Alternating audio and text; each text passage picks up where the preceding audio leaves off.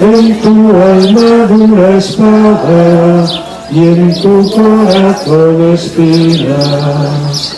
Ave, ave, ave María. Ave, ave, ave. En el nombre del Padre, del Hijo y del Espíritu Santo.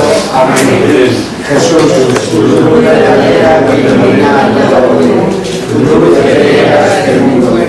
Nosotros sabemos que tú has venido de Dios, el Padre, para ser nuestro Maestro y que enseñas los caminos de la verdad. Las palabras que oímos de ti son espíritu y son vida. Pero también el cielo y la piel el libro rompiendo el sello, tú solo, tú que diste tu vida por nosotros y nos enamoraste para Dios con tu sangre. Danos a conocer los misterios del reino de Dios y las inagotables riquezas de tu corazón. Descubriremos los tesoros de la sabiduría y de la ciencia de Dios que en ti se oculta. Haz que tu palabra penetre nuestras almas, guíe por la luz nuestros pasos y ilumine nuestra senda hasta la recta de Dios y sus bendiciones las eternas. Tú que vives y reinas por los siglos de los siglos. Amén.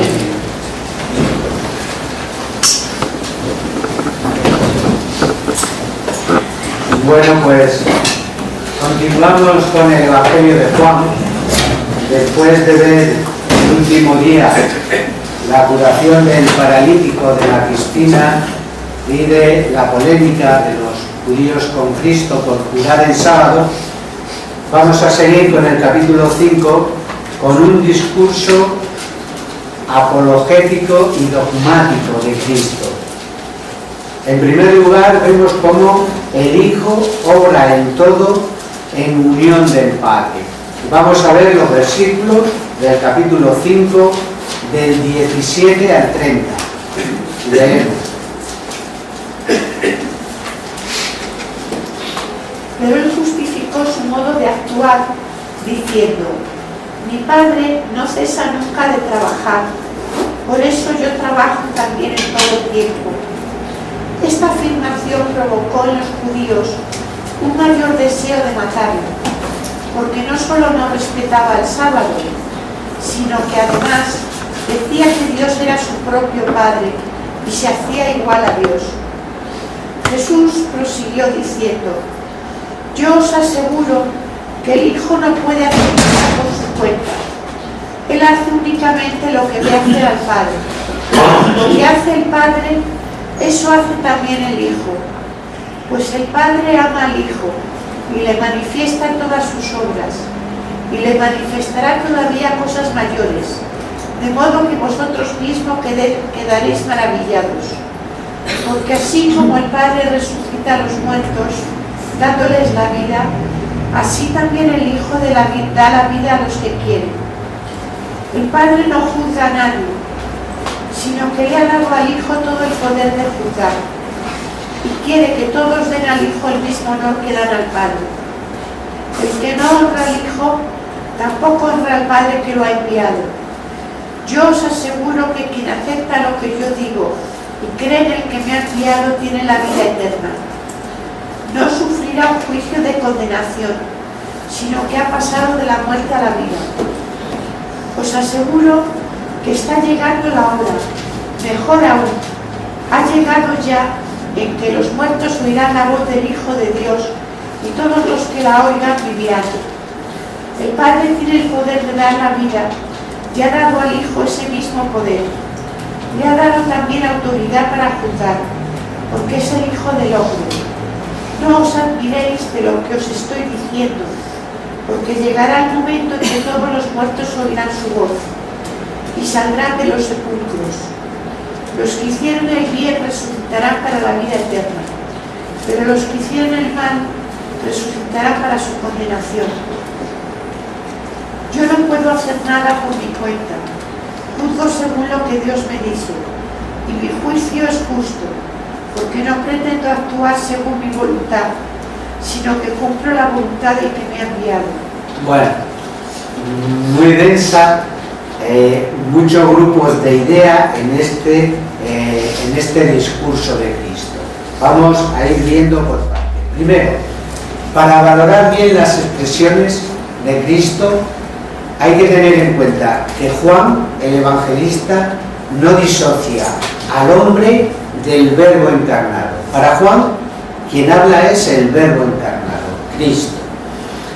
Digo que tiene varios grupos de idea que desarrolla en este discurso. Primero, para que todos honren al Hijo como honran al Padre, del versículo 23.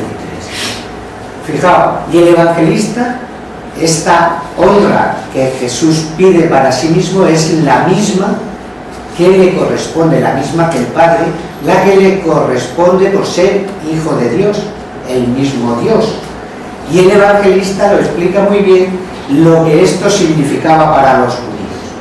Por esto los judíos buscaban con Manjaín matarle, porque no solo quebrantaba el sábado, sino que decía a Dios, su propio Padre, haciéndose a sí mismo igual a Dios. Es decir, para el monoteísmo cerrado del judaísmo no cabía esta dualidad de personas en la divinidad. Hacerse igual al Padre era hacerse otro Dios, hacerse Dios también. Y esto, pues, para los judíos era una blasfemia que en la ley estaba castigada con la lapidación. Por eso buscaban con ahínco matarle, porque entendieron muy bien que pedía para sí los mismos atributos y la misma consideración que el Padre. Segunda idea que desarrolla: mi Padre sigue obrando todavía y yo también obro. Fijaos, Cristo responde al argumento de los judíos que le echan en cara el obrar el sábado, el curar el sábado, pues emplea un argumento que tenía que ser decisivo en aquel ambiente judío. Cristo alega para su actividad que no hace más que hacer lo que hace su Padre, de quien vosotros decís que es vuestro Dios. Claro, podían decirle los judíos, una cosa es que Dios actúe y obre el sábado, por ejemplo, y otra que actúe igual el hombre, pero esa igualdad en que Cristo se pone en la línea de actividad del Padre le coloca en la esfera de su divinidad. Pero Cristo, fijaos, no solo dice que porque el Padre obra Él también, sino que Él no hace nada por sí mismo, sino que hace precisamente lo que ve hacer al Padre. Hasta tal punto que lo que hace el Padre lo hace igualmente el Hijo. No significa esto que el Hijo copie o imite la obra del Padre. Significa que el Padre, como Dios que es, tiene perfecto derecho a obrar como le plazca, pues igualmente el Hijo tiene ese mismo derecho, y con ello Cristo, al proclamar el mismo derecho del Padre, está proclamando la dignidad de su divinidad. El amor del Padre al Hijo le hace mostrarle todo lo que el Padre hace, pero no solo le muestra todo lo que hace, sino que le mostrará aún mayores obras que están en el futuro de la vida mesiánica, es decir, le mostrará obras mayores aún durante la vida pública de Cristo, en ese testimonio que el Padre va a dar de él. Lo que el Padre muestra y mostrará a Cristo no se refiere a un conocimiento intelectual, sino que se refiere a las obras que va a realizar y que el Padre realiza por medio de Cristo. Estas obras que el Padre le mostrará a Cristo son las obras externas. Por eso dice, no os maravilléis de que veáis aún cosas mayores, porque iba a ser las obras, los signos, los milagros de Cristo durante su vida, como sería la resurrección de Lázaro o como sería su propia resurrección.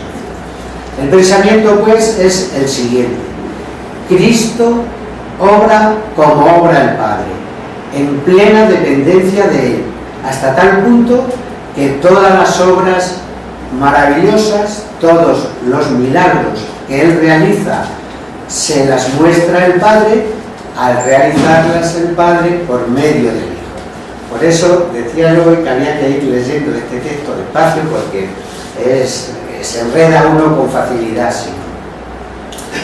Bien, pues con esta unidad de actividad con el Padre, es decir, ese actuar igual que actúa el Padre y con el mismo derecho que el Padre, ¿quién podría echarle en cara que obrara el sábado? Era el argumento que Cristo les da a los judíos para curar el sábado y para orar el sábado. Otro pensamiento más dentro de este discurso que hemos visto: como el Padre resucita a los muertos y les da vida, así también el Hijo. Es una segunda enseñanza de Cristo, probar su unión con el Padre.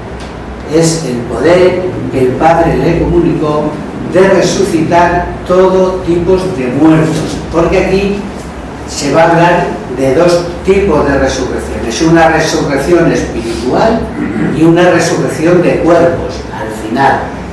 Fijaos, el poder de resucitar, el poder de dar la vida, era un atributo exclusivo y único de Dios en el Antiguo Testamento. Vamos a leer Deuteronomios 32, 39.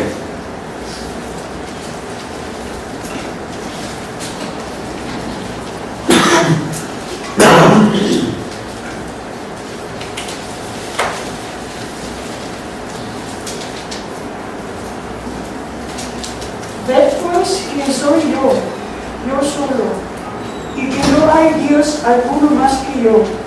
Yo doy la vida, yo doy la muerte, yo hiero y yo sano. No hay otro Dios, solo Dios puede dar la vida y puede dar la muerte. Es verdad que algunos profetas en el Antiguo Testamento resucitaron muertos, pero estos siempre lo hacían como un don carismático que recibían de parte de Dios y siempre en nombre de Dios. Por ejemplo, Eliseo, el profeta Eliseo, leed en la segunda de Reyes 4, 32, 33.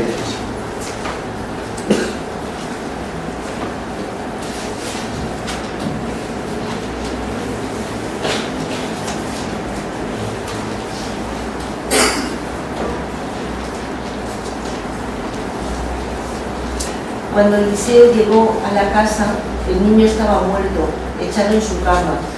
Entró, se cerró en el aposento con el niño y oró al Señor. Sigo. Sí. Luego se subió a la cama y se echó sobre el niño.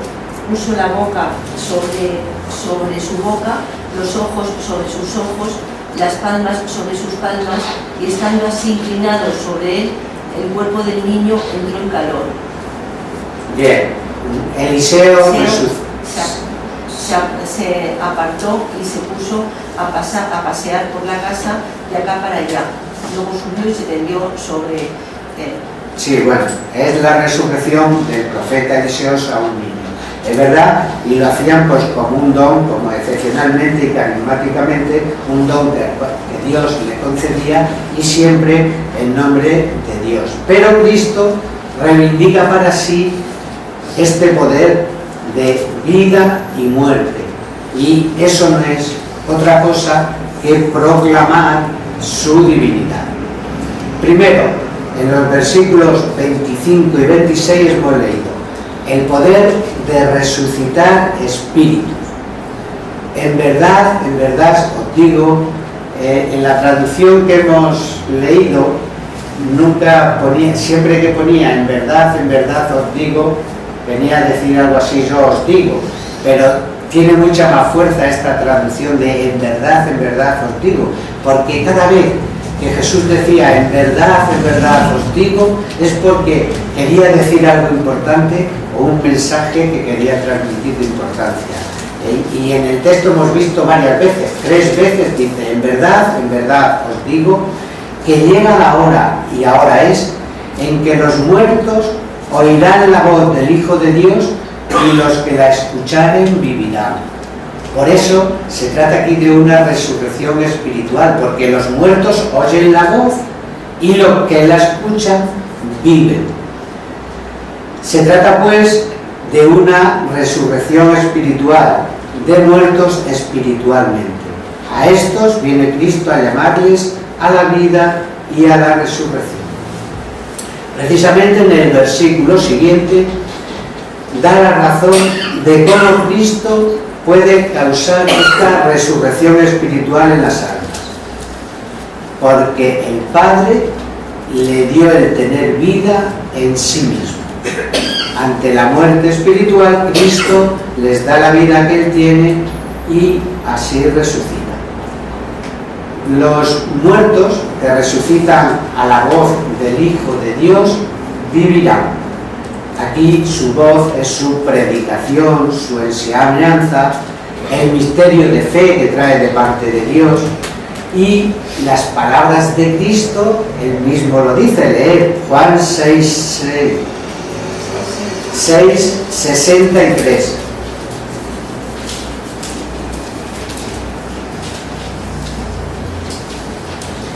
El Espíritu es quien da la vida. La carne no sirve para nada.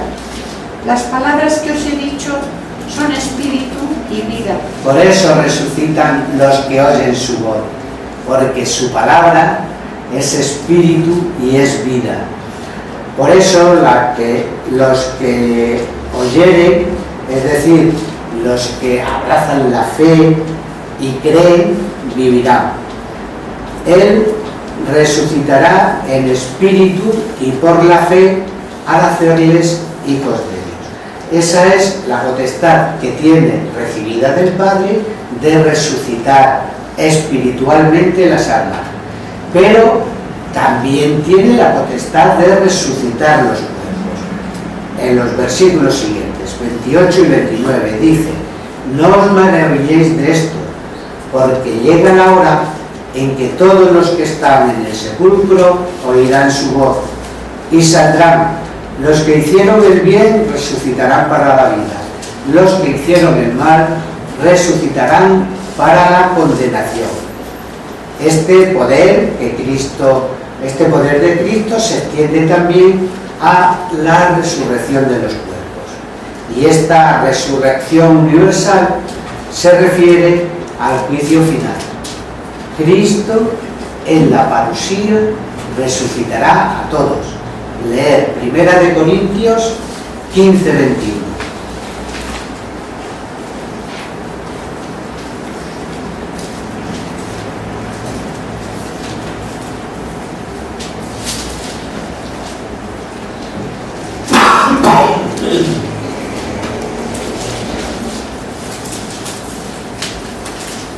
Porque como por un hombre vino la muerte, también por un hombre vino la resurrección de los muertos. Por un hombre vino la muerte, por un hombre, Cristo, viene la resurrección.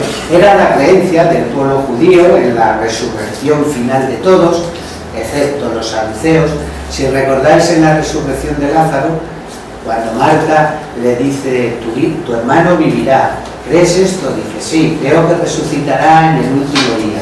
Era la creencia judía en la resurrección final de todos. Cristo enseña que su poder sobre la muerte corporal se extiende a todos, pero al resucitarlos va a actuar como juez. Unos, los resucitados, resucitarán para la vida eterna y otros para una resurrección de condenación. Así Cristo se presenta con su poder judicial sobre la humanidad. Otra y última idea que desarrollaba: el Padre ha entregado al Hijo el poder de juzgar. Versículo 22-27. Al hablar Cristo de su poder de resucitar los cuerpos, habla de la hora del juicio final de la humanidad. La humanidad experimentará un juicio y en ese juicio Él es el juez. Este poder es considerado siempre en las Escrituras como uno de los atributos de Dios, como hemos visto, el poder también de juzgar a la humanidad. Vamos a leer un salmo, Salmo 82, 8.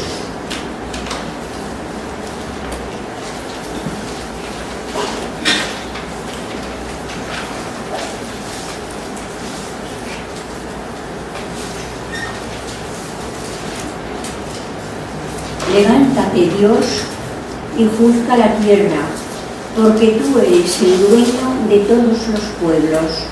Levántate, Dios, y juzga la tierra. El atributo de juzgar exclusivo de Dios. Bien, pues, Cristo reivindica para sí este exclusivo atributo de Dios. Es su modo de ir presentándose como Dios. Pero fijaos, dice algo en el texto digno de mención.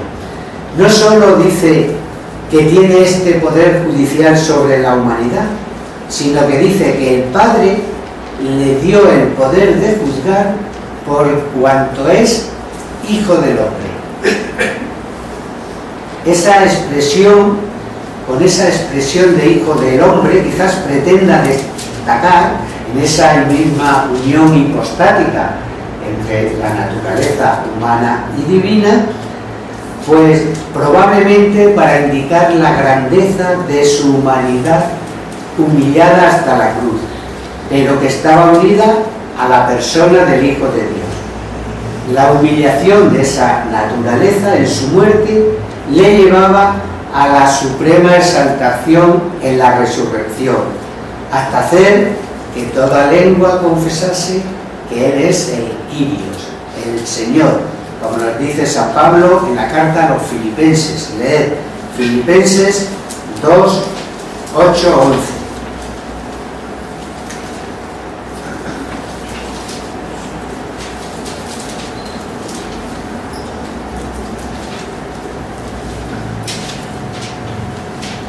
Se humilló a sí mismo haciéndose obediente hasta la muerte, una muerte de cruz.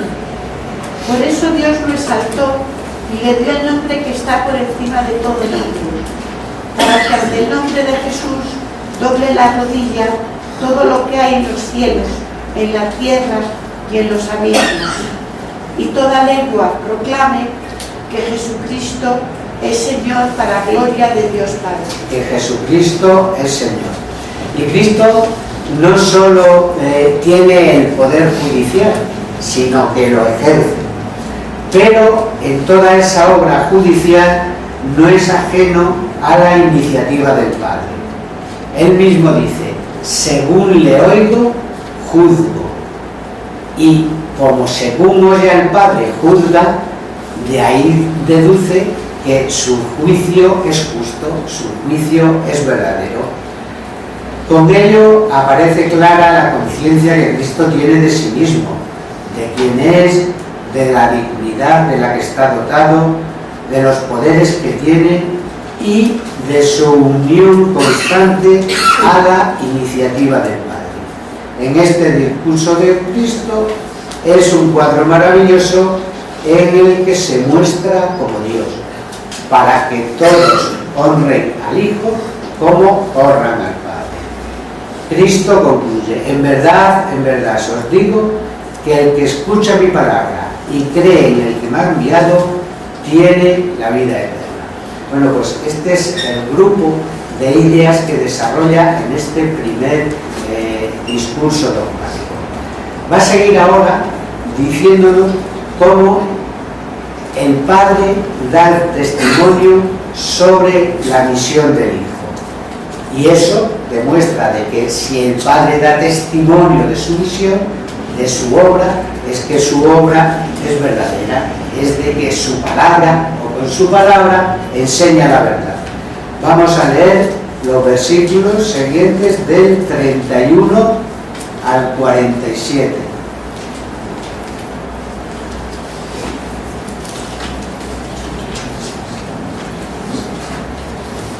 del capítulo 5 de Juan.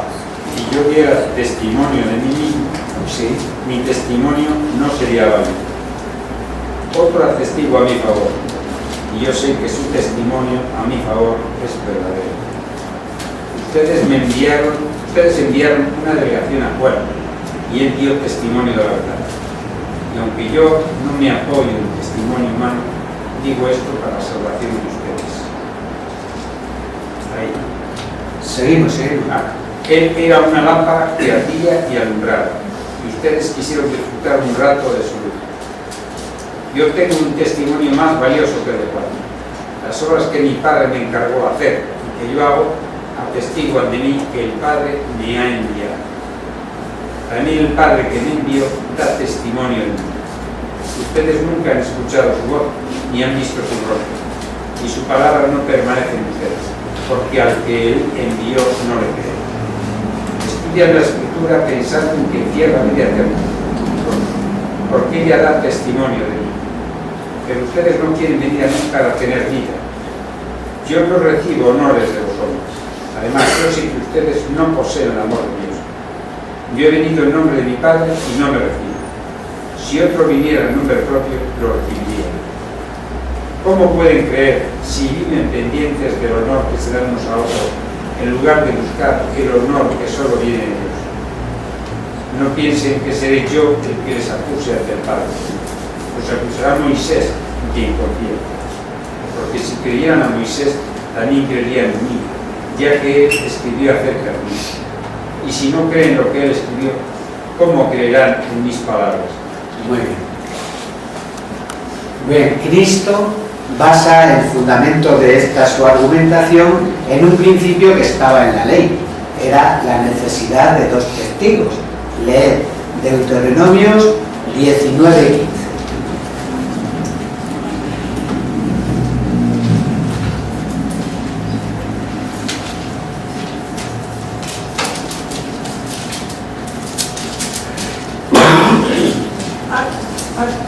Acuérdate de que fuiste, ¿es eso?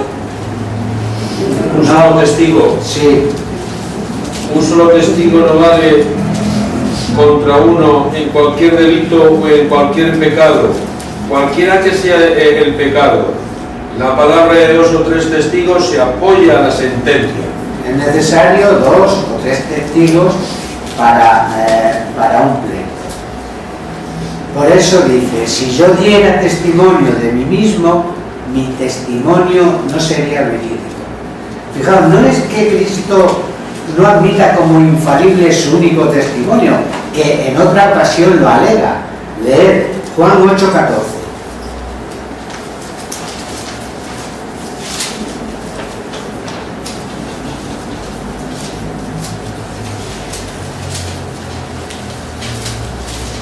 Respondió Jesús y dijo, aunque yo dé testimonio de mí mismo, mi testimonio es verdadero, porque sé de dónde vengo y a dónde voy. ¿Ve? Aunque yo diera testimonio y fuera yo únicamente el que da testimonio, mi testimonio es verdadero, porque yo sé de dónde vengo.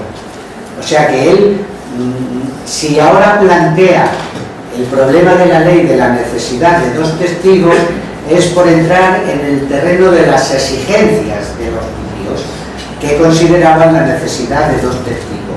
Pero su único testimonio hubiera sido verdadero. Pero dice, es otro, el Padre, el que de mí da testimonio. ¿Y cómo da testimonio el Padre del Hijo? Por varios motivos. Da primero un triple testimonio. Primero, Juan intercala el testimonio que dio Juan el Bautista. Dice, Cristo dirá que él no necesita este testimonio de hombres, pero para los judíos les había sido suficiente para ir a Cristo, el testimonio que el Bautista da del Mesías. Esa era su misión, presentar oficialmente al Mesías al pueblo de Israel. Y ese fue su bautismo, un bautismo de conversión para llevarles a Cristo. Por lo tanto, este es el primer testimonio que recibe Cristo, de Juan el Bautista. Juan dio testimonio en esa delegación que los judíos mandan a Juan para que preguntarle si él era el Mesías, si Juan el Bautista era el Mesías. Juan dio testimonio de la verdad. Él no era el Mesías, pero su misión era señalarles al Mesías. Israel se conmovió ante las palabras del Bautista, vinieron multitud de todas partes, le oyeron, se bautizaron y quisieron gozar un poco a su luz. Pero Cristo dice que no necesita este testimonio humano porque tiene un testimonio mayor que el de Juan. Y es, digo, ese triple testimonio que el Padre da del Hijo. ¿Cuáles son esos testimonios del Padre? Primero, da testimonio con las obras. Este es el primer testimonio. Las obras que mi Padre me dio a hacer, esas obras que yo hago, dar en favor mío testimonio de que el Padre me ha enviado. Las obras que aquí alega Cristo son los milagros hechos por Él. El milagro es obra de Dios, que aquí testifica la dignidad, la misión y la enseñanza de Cristo. Por lo tanto, es el Padre quien testifica que su Hijo es Dios. Y así las obras, que son obras fundamentalmente de la divinidad, dan testimonio de su dignidad, de su misión y de su enseñanza.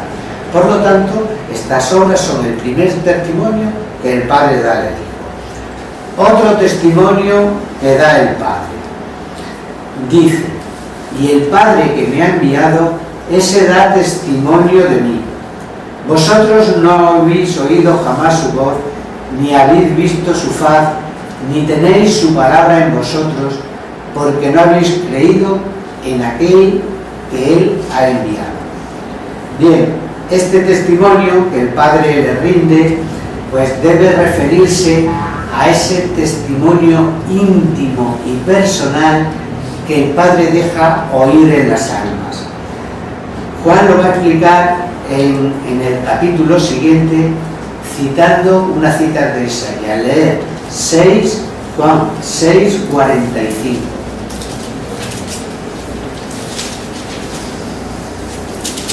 Los profetas han escrito que todos serán discípulos de Dios. Quien escucha al Padre y aprende, vendrá a mí. Bien, quien escucha al Padre, porque dice el profeta Isaías, todos seréis enseñados por Dios. Pues el que escucha al Padre viene a mí. En ese referirse a ese testimonio íntimo y personal que el Padre deja oír en las almas, al ser el Padre el que enseña a todos.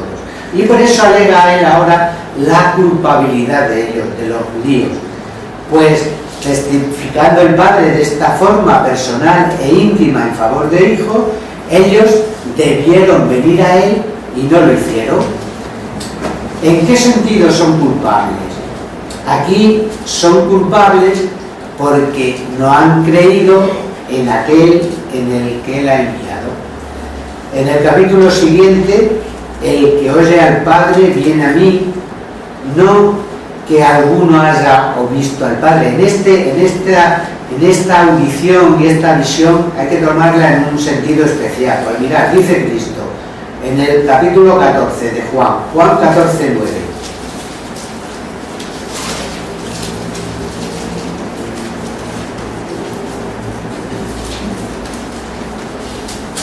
Jesús le dijo, Felipe, tanto tiempo ha que estoy con vosotros y no me habéis conocido.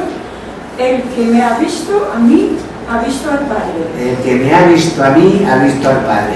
Y en Juan 8:26.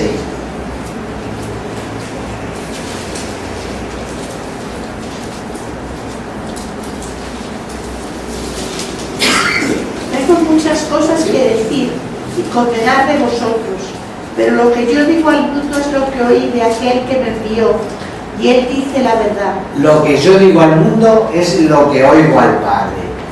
¿Veis? Pues en esto está el pensamiento de ese testimonio íntimo que el Padre da del Hijo.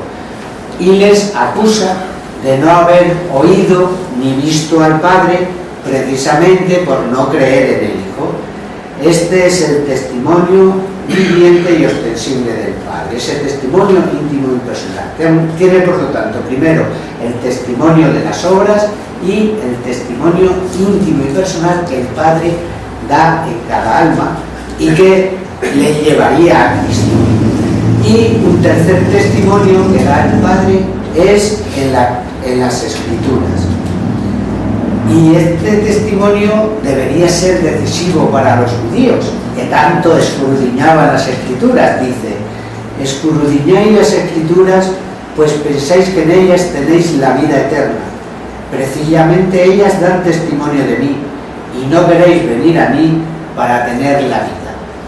Es decir, que las Escrituras son fuente de vida, se deduce pues de la propia enseñanza de la Escritura, porque la misma Escritura lo dice. Leer Deuteronomios 4:1.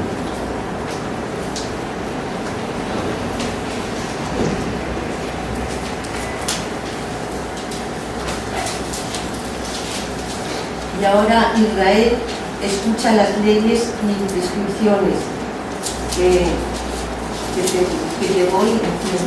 te voy a enseñar, y ponlas en práctica para que tengáis vida y entréis a tomar posesión de la tierra que os da el Señor. Escucha las Escrituras, la ley y las instrucciones, y ponlas en práctica para que tengáis vida. Lo mismo dice el profeta Baruch. Leer Baruch 4:1.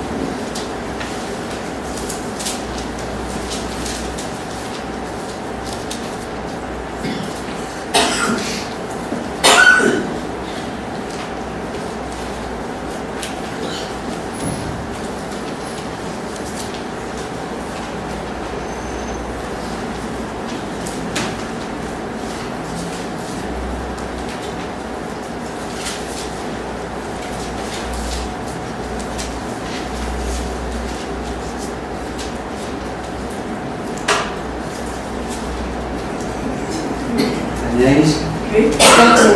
4:1. La sabiduría es el libro de los mandatos de Dios, la ley de validez eterna. Los que la guarden vivirán, los que la abandonen morirán. ¿Veis? Los que guarden la Escritura, que al fin y al cabo habla de la sabiduría, es fuente de vida. Pero lo era en cuanto que había que vivirla auténticamente. Y los judíos, para el estudio de la Escritura y su comprensión les llevase a Cristo, tenían dos serios problemas, dos serios obstáculos que están en conexión. Uno era un error de método que consistía en ese materialismo de la letra y de la tradición rabínica, y les convertía la Escritura, que era en realidad fuente de vida, por ese materialismo y por esa tradición rabínica que llevaban hasta el extremo. Lo que era fuente de vida se convertía en muerte. Por eso dice Pablo en la carta a los Corintios: la letra mata, porque si mal interpretada y llevada a otro extremo no resulta fuente de vida. Ese era un problema. Y el otro era de tipo moral, que se lo echa en cara a Cristo, que era la gloria humana que los doctores de la ley buscaban en su interpretación. Frente a sus tradiciones se oponía la doctrina de Cristo, y en lugar de buscar la gloria que procede del unigénito, del único, pues buscaban la gloria que recibían unos de otros. Para llegar a Cristo por ella, por la ley, por la Escritura, les hacía falta creer a Moisés. Es decir, si lo estudiasen imparcial y sinceramente, comprenderían aquellas profecías de la ley relativas al Mesías. Por eso dice: porque de mí escribió él. Bien, frente a este obstáculo de la soberbia de los rabinos para no ver a Cristo, Cristo les contrasta que Él es más imparcial que ellos. Solo, aún colocándose en solo plan humano, porque Él no recibe gloria de los hombres, su plan es obedecer al Padre. Por ello, por esta obediencia al Padre le conllevó la impopularidad, los ataques y llegó a la muerte. Y por último, les hace ver la inconsecuencia de su conducta. Él se presenta como Hijo de Dios y lo garantiza con los milagros. Y sin embargo, no creen en Él. Y dice: yo he venido en nombre de mi Padre y vosotros no me recibís. En cambio, si otro viniese en su propio nombre, presentándose como Mesías, le recibiríais. Y fijaos, esto no fue una cosa que Jesús dijo porque sí, esto fue una profecía, porque poco tiempo después, muchos se presentaron como Mesías y creyeron en ellos como Mesías. Hay en total unos 64 falsos Mesías, de ellos 25 de los cuales se conocen con nombre. Vamos a ver el nombre de dos, por ejemplo, Hechos de los Apóstoles 5, 36, 37.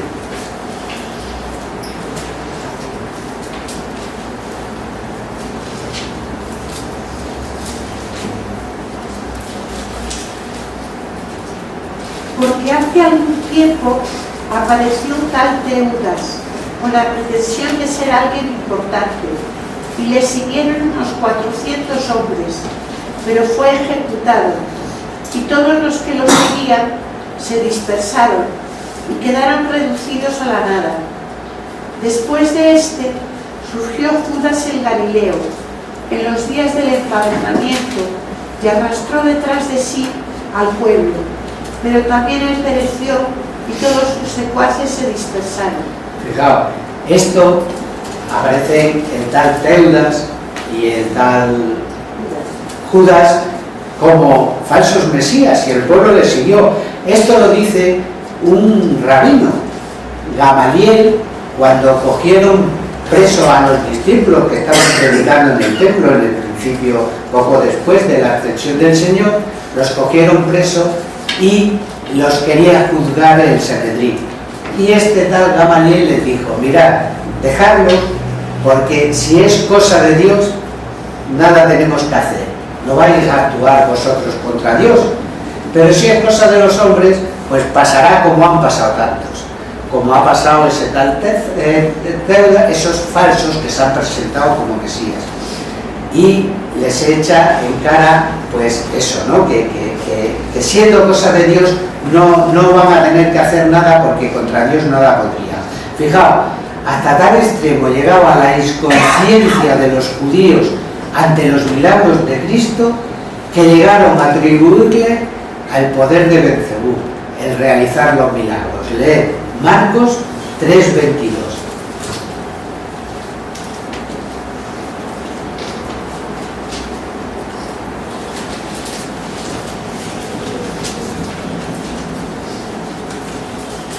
Los maestros de la ley que habían bajado de Jerusalén decían: tiene dentro a Belcebú, y añadían: con el poder del príncipe de los demonios expulsa a los demonios.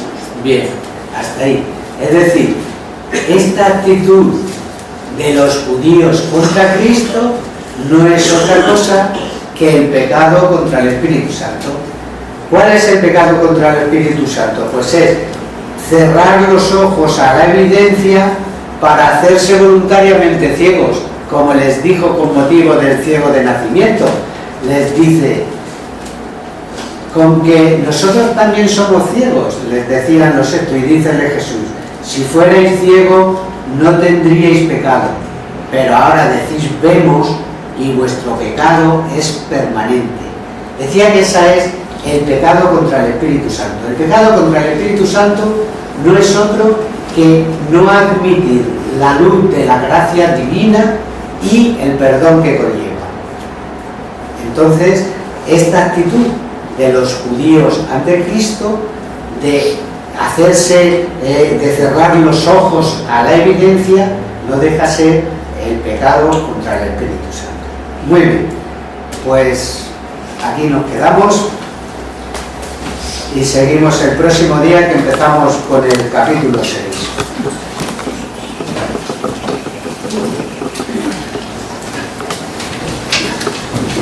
En el nombre del Padre, del Hijo y del Espíritu Santo. Amén.